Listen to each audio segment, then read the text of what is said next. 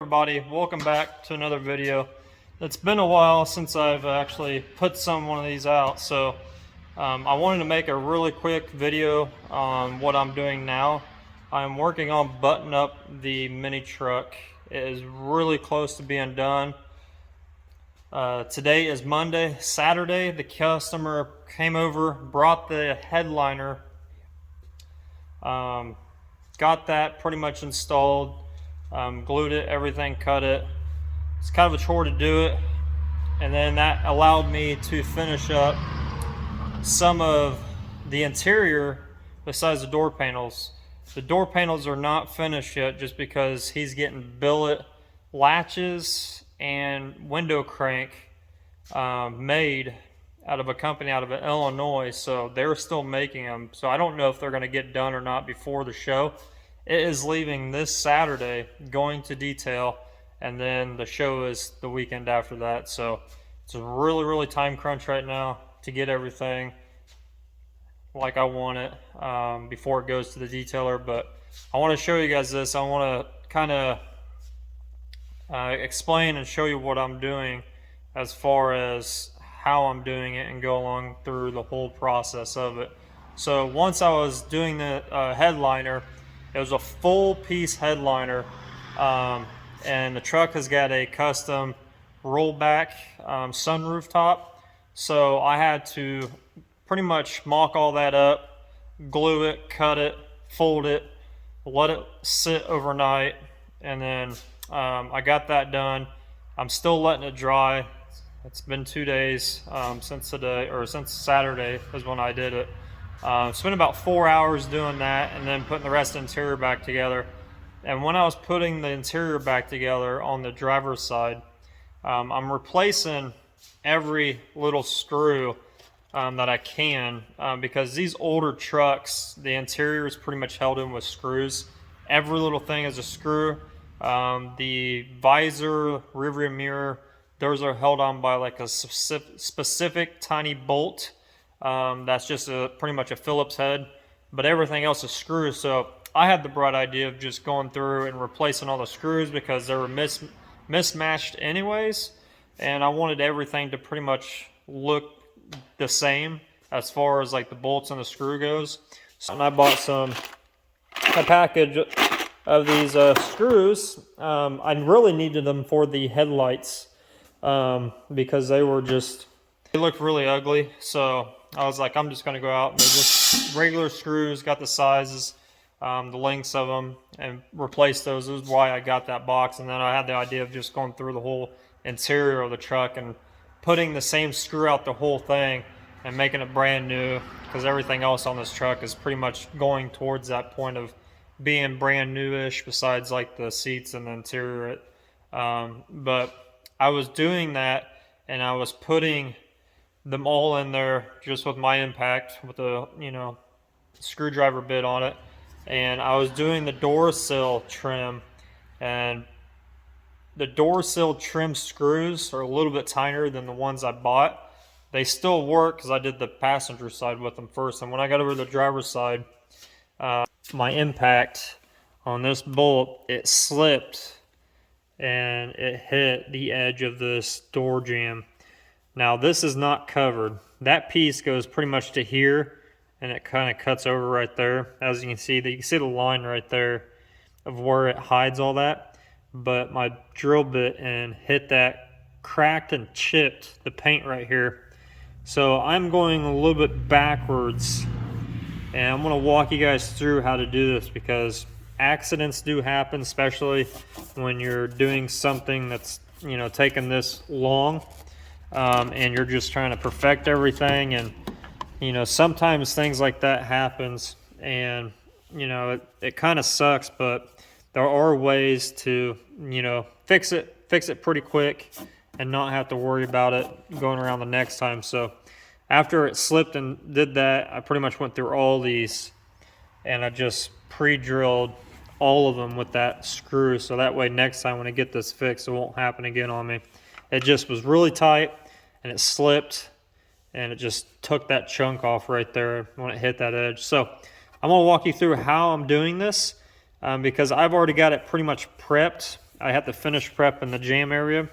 Now this, I don't really like doing this, but on this particular vehicle, since I've already painted the outside so many times and it's got a lot of clear on it, I can do this and get away with it. It's going to be kind of tricky because the cobalt blue is in here, and that's a candy, so I got to be really careful on how I blend this.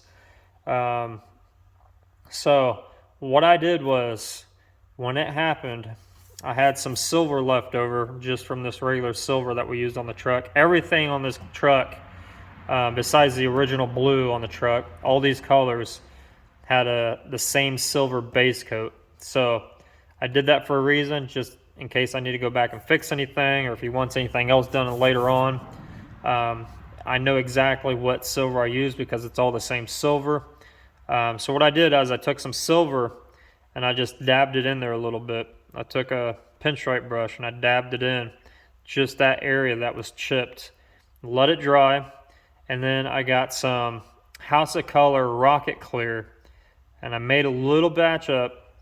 Same pinstripe brush, I cleaned it, and then what I did is I took a Scotch-Brite and I just barely Scotch-Brited around this area.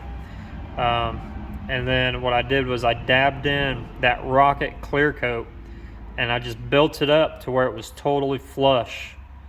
Obviously it wasn't totally flush, but I got it as good as I can. I built it up a little bit high, and then I did that Saturday, and today's Monday, and I just got done sanding this, and I'm going to show you guys. It looks like crap, but it is totally flush and smooth. I let it dry a little bit extra, even though that's the Rocket Clear. You can, it dries in like 30 minutes. You can touch it up, you know, as long as it's nice out and it's warm. It'll dry really quick. That's why they call it Rocket Clear. But I just waited a couple days just so I can, because I knew I was going to be sanding hard on it. So I took some, what I did first was I took some tape, 3/4, and I just made a box around it as good as I could. Then I took a Durablock with some 400, and I just kept it as flat as I could, and I blocked it out. And once I was almost completely there, I took some 800 on the same block, tore the tape away, tore it off, and I just kept it flat, and I blocked it, and it came out totally smooth. So now I am ready to go to the next step, which is I need to prep. I need to figure out where I'm going to be burning this in. If you don't know what I'm talking about when I'm talking about burning it in, it's for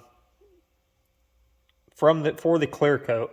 It's not really for the color, even though I am burning the color in, but I need to figure out where I'm going to cut this thing to where I can burn that clear in and not have a line, not be visible. I thought about doing the whole channel up here and going all the way to the top, but I think that's just going to be too much. I want to keep everything down low. So my thinking is I'm going to go off of one of these lines. Now obviously I'm not going to hard line this. It's going to be built with the bridge, but I'm just trying to figure out how far I need to prep, because the first thing you're going to do is make sure everything is removed from the area. I already went ahead and took the screws out of this little door stopper thing, took the trim piece back off, and now I'm ready for that prep. We're not doing the outside. We're going to stop and go against this edge, and I'm thinking about going probably up to here, this pinstripe line, and prepping it right there. That gives me enough room to burn that in. Now, when you're doing this, you want to give yourself enough room, 1. 2, you want to prep it correctly. And what I mean by prepping it correctly is that the way it needs to be prepped for this burn-in to work is by the grits of the sandpaper. So you first want to Scotch-Brite it, is number 1. Scotch-Brite the area. I always use red. You can use gray if you want, but I don't think it's aggressive enough to where the clear is going to bite into it the way it needs to be. So always use red Scotch-Brite. I will take a piece of 800 sandpaper go through here and I will just start sanding this after I Scotch-Brite it. I'll get it up, you know. I'll leave a little bit of room from the Scotch-Brite to the 800 because the 800 is more aggressive than the Scotch-Brite is. So I'll give myself enough room. And then what I'll do is I'll take some 3000 wet sandpaper and I'll go directly to the edge where I want to burn it in at. And I'll just kind of massage that with that 3000.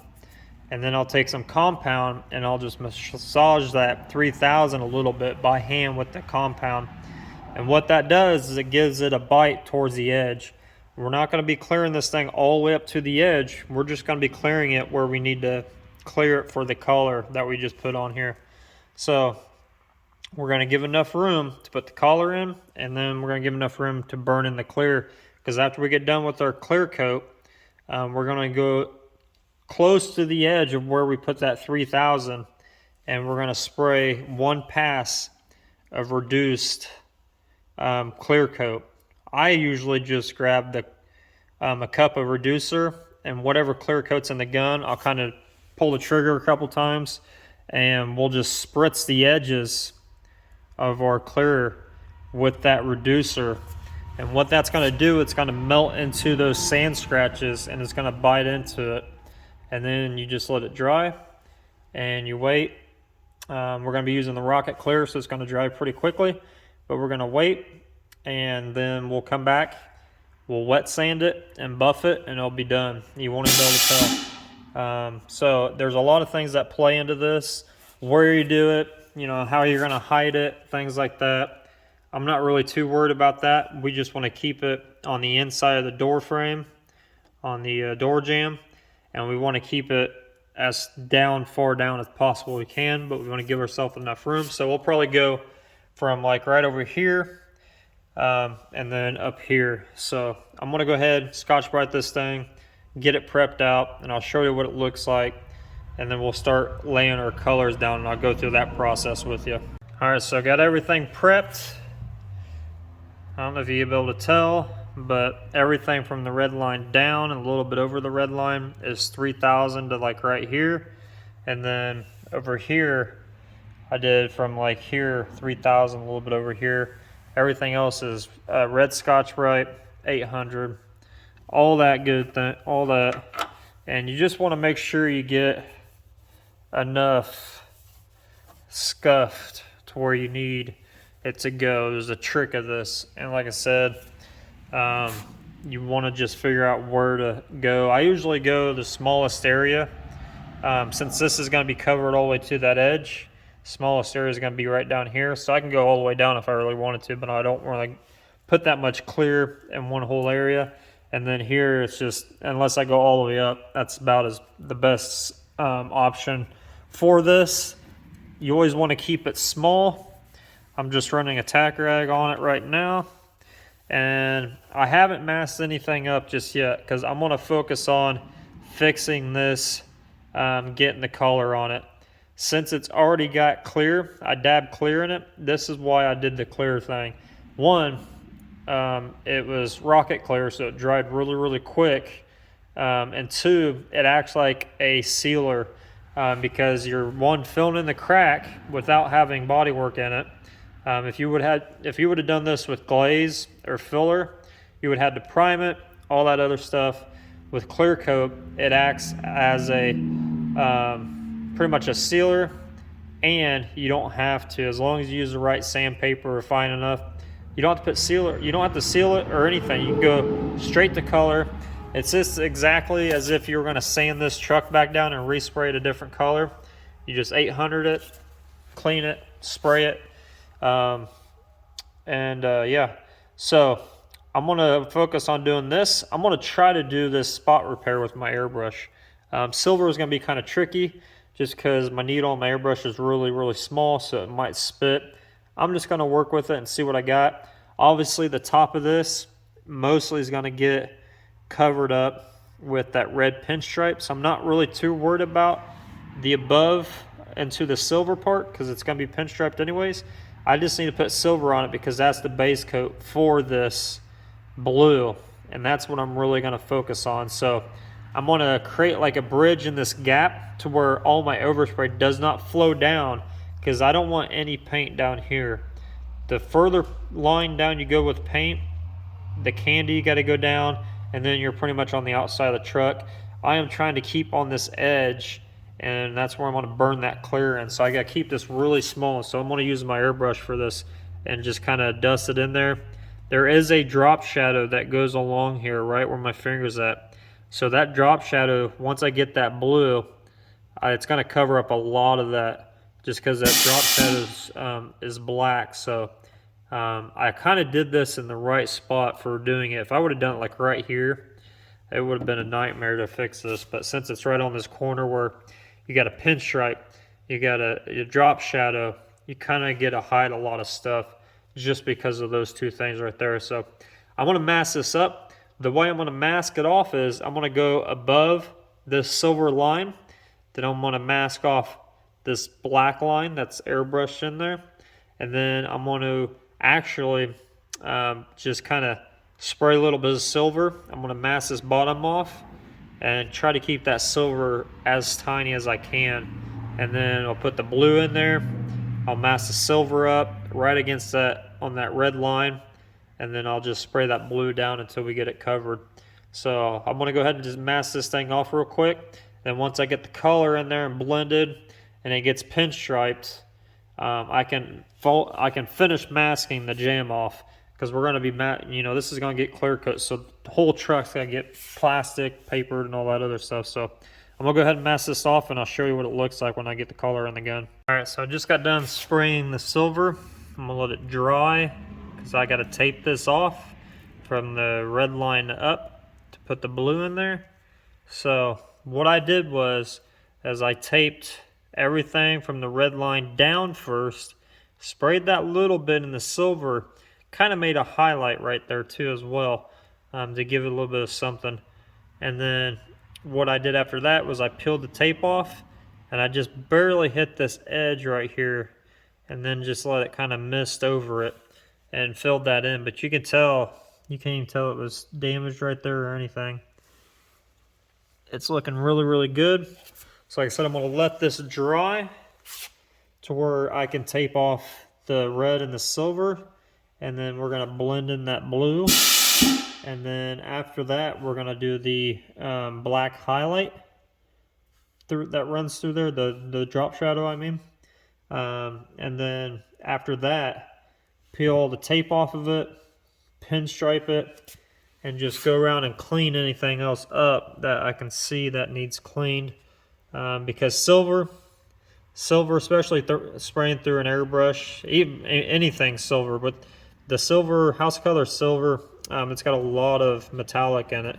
So that stuff just goes everywhere. So the hardest part is to keep it really small, keep the overspray minimal, because that silver flake will it'll go on everything. So when I peel this tape off of here, I'm going to have to double check all this in here everywhere before I clear it, just to make sure there's no silver specks anywhere. It's just the hardest part. So after I sprayed a pass with the airbrush on with the silver, I just constantly was tacking this area off to make sure all that overspray would just get picked up through the tack rag. So but yeah, I think it's looking really, really good. Heck, it might be dry right now, but I'm gonna let it dry for another probably a good 20 minutes or so, and then we're gonna back mask it, put some cobalt blue candy in our gun, burn that in, that little color right there, do the drop shadow in black, call it a day, pinstripe it, and we're gonna clear this thing. Another the customer wanted done was the hood hinges. I wish I would have done this when I had the hood off of it, but that's why I have this stuff taped up. I've already sprayed the color on it to get it there. I just have to clear coat it. So once I'm ready to clear coat that jam, I'm gonna bag the whole truck with plastic before I spray clear, but I'm gonna clear those at the same time, because everything's gonna get that rocket clear, and that stuff will dry really super fast. So it's a good thing to use on small stuff like this. This even buffed out really nice. It was just dirty.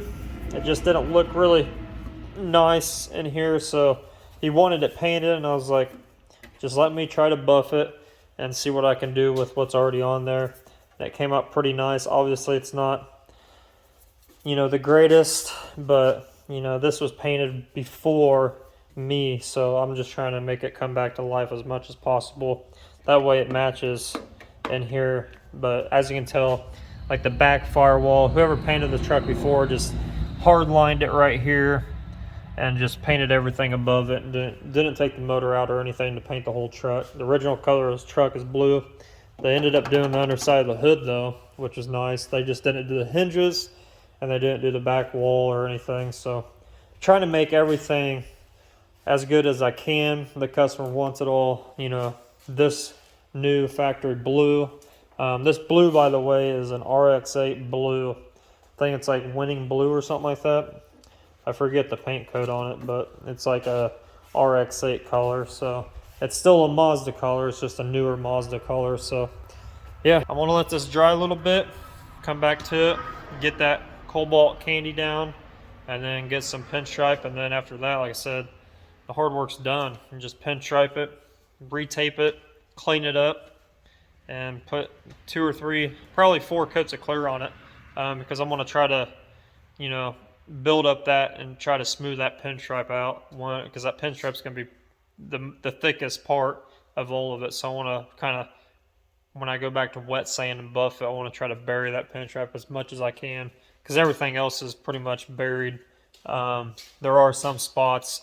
Door jambs I didn't slick out as far as wet sand and buffing everything in there, so they're the parts that you can kind of fill the lines and stuff, but it's still really, really slick inside those door jambs. So but yeah, I just want to make it to where it's all going to flow good and look nice, because it is a driver's door, so it's going to be the door that's going to be open the most. So I want to make sure it is looking as good as I possibly can get it. So that's the plan, and I'm going to get back to it, let this dry off, and then we'll come back and, you know, do the blue. So got all the paint on, letting it dry. Just need to do the red pinstripe, but I want to show you guys what it looks like right now before I pinstripe it, and after I pinstripe it. Gonna let that dry for 5-10 minutes, and then we're gonna come in with the clear coat. So I've already papered everything off, got everything masked off, so I'm gonna run through that as well. But I'm gonna show you guys like without the pinstripe. So can't even tell once you have that pinstripe in there. You won't even be able to tell. So it's a successful repair. The clear repair works really, really well if you can do it and you have the time to. Just makes to where you don't have to primer anything. Really, really easy. The primer, just the issue with the primer is, one, you got to sand it, then you got to put the body filler in there, which makes the area a little bit bigger, and then you got sand marks in there, which makes the area a little bit bigger, and then you got your primer, which makes the area a little bit bigger because you got to cover all those sand scratches in your bodywork you did. So the clear thing works really, really well. I've done it millions of times on things like this just to get it to go, and it looks really, really good, and it holds up. It's just another substitute.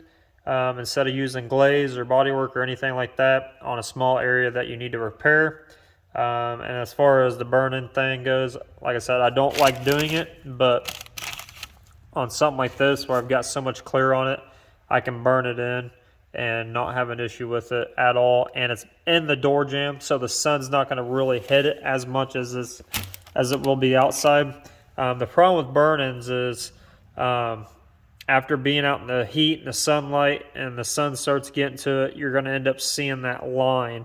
Wherever you burned it in at and melted it, that line will come through. Now, depending on what clear you use, depending on what method you use to sand it and prep it and all that stuff, is going to be the outcome of how long it's going to last before you do that. See that line come through. A lot of people will burn, instead of doing like a whole quarter panel, they're burning it in right here. And after a while, being out in the sun, being outside for a long time, that sun shrinks it down, and you end up seeing those sand scratches, and you see that burn-in line. And that's why I hate doing it, is it's not a great fix. But like I said, being this in the door jamb to where the door is not going to be open all the time in the sunlight, this will probably never come back. So, and the paper thing. So I've got the whole truck plasticed. Make sure you protect everything because clear coat does go everywhere. It's just like primer. And right now I am not in the booth area. My neon's in the booth still. So we're out in the open pretty much. But we're not going to be blasting this thing either. It's going to be really little spritz to cover the area that we put paint on to get that built up. So we'll do like 2 or 3 coats just on the area that has the paint, and then we'll do like 2 more coats blending it out, and then we'll burn it in with the reducer afterwards. So there'll be like 4 or 5 coats on this by the time it's said and done. The Rocket Clear is going to let it dry really quick, so we can come back really quickly, add more coats on because it's going to flash off really fast. So the way that I papered this up and masked it off is I back masked the inside. You should always do that. That way you don't have any lines. And then I rough edged the outside, laid my plastic down, taped the plastic, cut the plastic, taped it to the roughed out area where I had the tape at. Be careful using a razor blade on fresh paint. This case I just tore it because it's a small area. I don't need to take a razor blade to it. And then do the same thing in here, tore it, put it against there and papered it off. And when you do this, you always want to go up a little bit further than what you're painting because it's going to protect, because a little bit overspray is going to go up underneath of there and it's going to hit areas that you probably didn't want it to hit. So I always go a little bit further, like down here. Instead of me just stopping right here, I went a little bit further to protect that rocker down there a little bit more. Same thing with here. I didn't stop right here. I went a little bit up. You can actually see it right there. See my tape line right there? That's where I taped it. So, I mean, it's got a long ways of travel. It can't get underneath there. My line is just like right there. So, and then if you're not familiar with this, this is what we call bridging. Take a piece of paper, tie it down here, give you enough slack to where it creates like a little tunnel, and did that on both ends where you're burning it in. Way this works is when I get done clearing this, like I said, I'm going to do like 2 coats on here, 2 or 3 to build that up to make sure that is sealed in there really nice. And then I'm going to do like 1 or 2 on the coming down here. I'm not going to go all the way to this line. You do not want to go all the way to where you have your bridge at, because you're going to have a nasty line if you do that. The way the bridging works is it's going to let a little bit, when that air goes through there, it's going to create like a tunnel, and it's going to kind of just let it lay down. And you know what I said when I prepped it with 3000, I prepped it a little bit more than what I needed to, and this allows for those little, you know, overspray to go a little bit further and lay down. So you always want to bring your bridges down a little bit more than where you have it finally prepped at. That way you allow yourself to do that. It creates, like I said, it creates a tunnel, and the air goes through there, and a little bit of clear will go through there, and it'll just make it really nice and smooth. You don't have to worry about fighting hard edge lines, because if you hard edge line this, you're never going to get rid of that line. It'll always be there. You always want a nice soft edge, and this allows you to do that.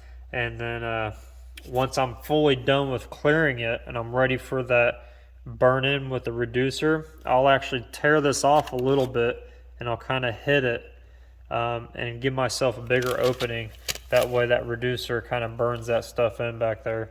And then you let it dry. I'm going to wait a full 24 hours, which means overnight, and then 24 hours when I get off work tomorrow, I'll come back in. It'll be nice and dry.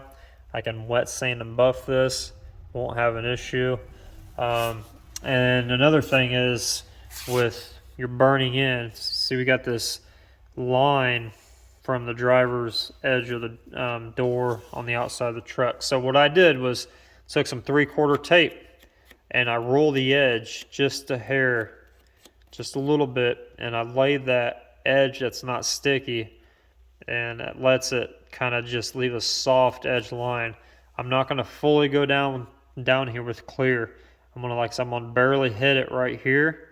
I'm going to let that just kind of roll and hit this, and it's going to give a nice soft edge. And then when I burn in this stuff with the reducer, I'm going to hit it a little bit across this line with the reducer, and it's going to give it that nice soft edge. That way you don't have a hard edged line right there. And this tape method, the way you do this, it's really simple. You just roll out. Let me see if I can find my tape again. So 3/4 tape, and I always do this very last. My rough end on taping is done and everything else. So you want to take some 3/4. If I can get some off here. And then the way your fingers need to be when you're doing this is kind of tricky. It's a weird feeling, but it works really, really well. So like I always tape it down to the thing, let it come out a little bit, and then I'm going to show you guys. I fold it over with this finger back here, and I just go down the line, and what it does is it gives it a really nice, and that's what I mean, that sticky edge is on the downside of that. It's not even close to that edge. The paper part is on that edge.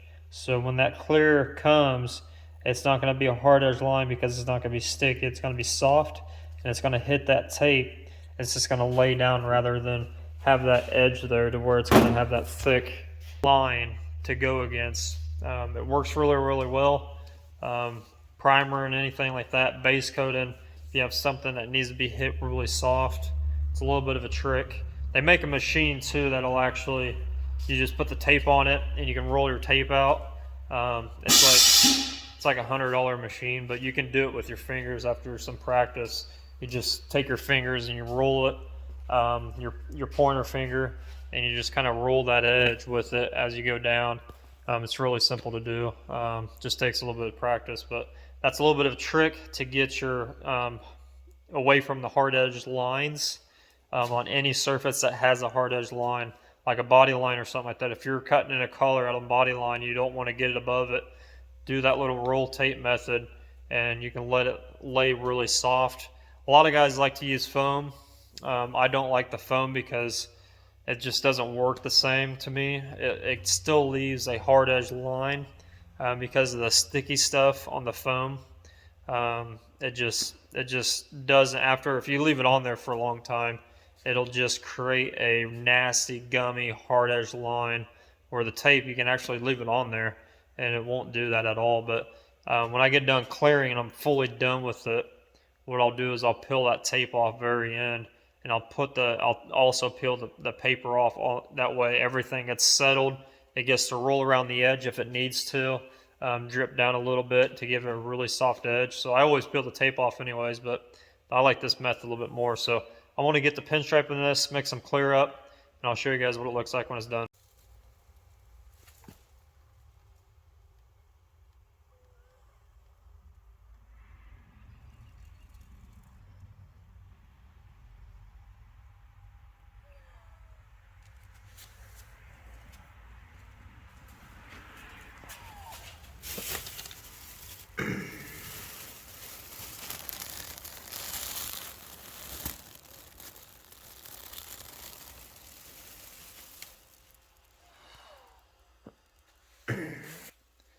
All right, so there you guys have it.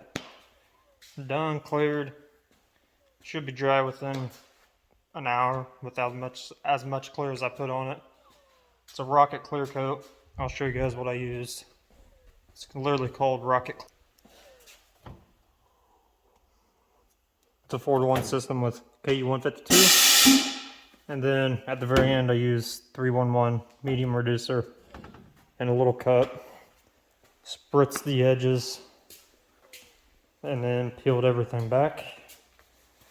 And now we just wait for for it to dry.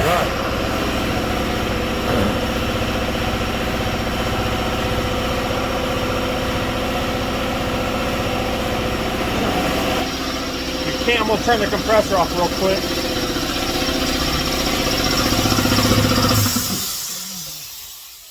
You can't even tell that it was painted in person. Now, imagine when I let this fully cure, come back in, wet sand it, buff it, you won't even be able to tell. So, I got a short breath because I forgot to ruin my respirator by first coat of clear. That stuff is potent, so make sure you wear your respirators, fresh air, whatever you got. Make sure you're protected. Seems like that rocket clear has got more potent than their regular clear, whatever they put in that stuff. I mean, it's crazy, but yeah, there you guys have it. Pretty much done. Gonna walk away from it, let it do its thing, shut the shop down, come back out here probably an hour or whatever, see if it's tacked up at all. It's pretty warm today, it's about 70, so it should dry within like 30-40 minutes. An hour should be good enough to pull the tape off and everything, and buff it tomorrow. So just want to show you guys that not everything is glitz and glamour when you come painting, especially this custom stuff. You have issues, you run into stuff that you have trouble with, you gotta learn how to fix it. And this is just a simple way. I wanted to show you guys another way to fix it rather than using body filler or whatnot. That way you guys get it done, out of here, get it shipped, and do a good job on it. So yeah, I just want to show you guys that. So appreciate you guys watching. I'm gonna go catch some breath, get caught up a little bit, let this dry, and I'll see you guys on the next one. See ya.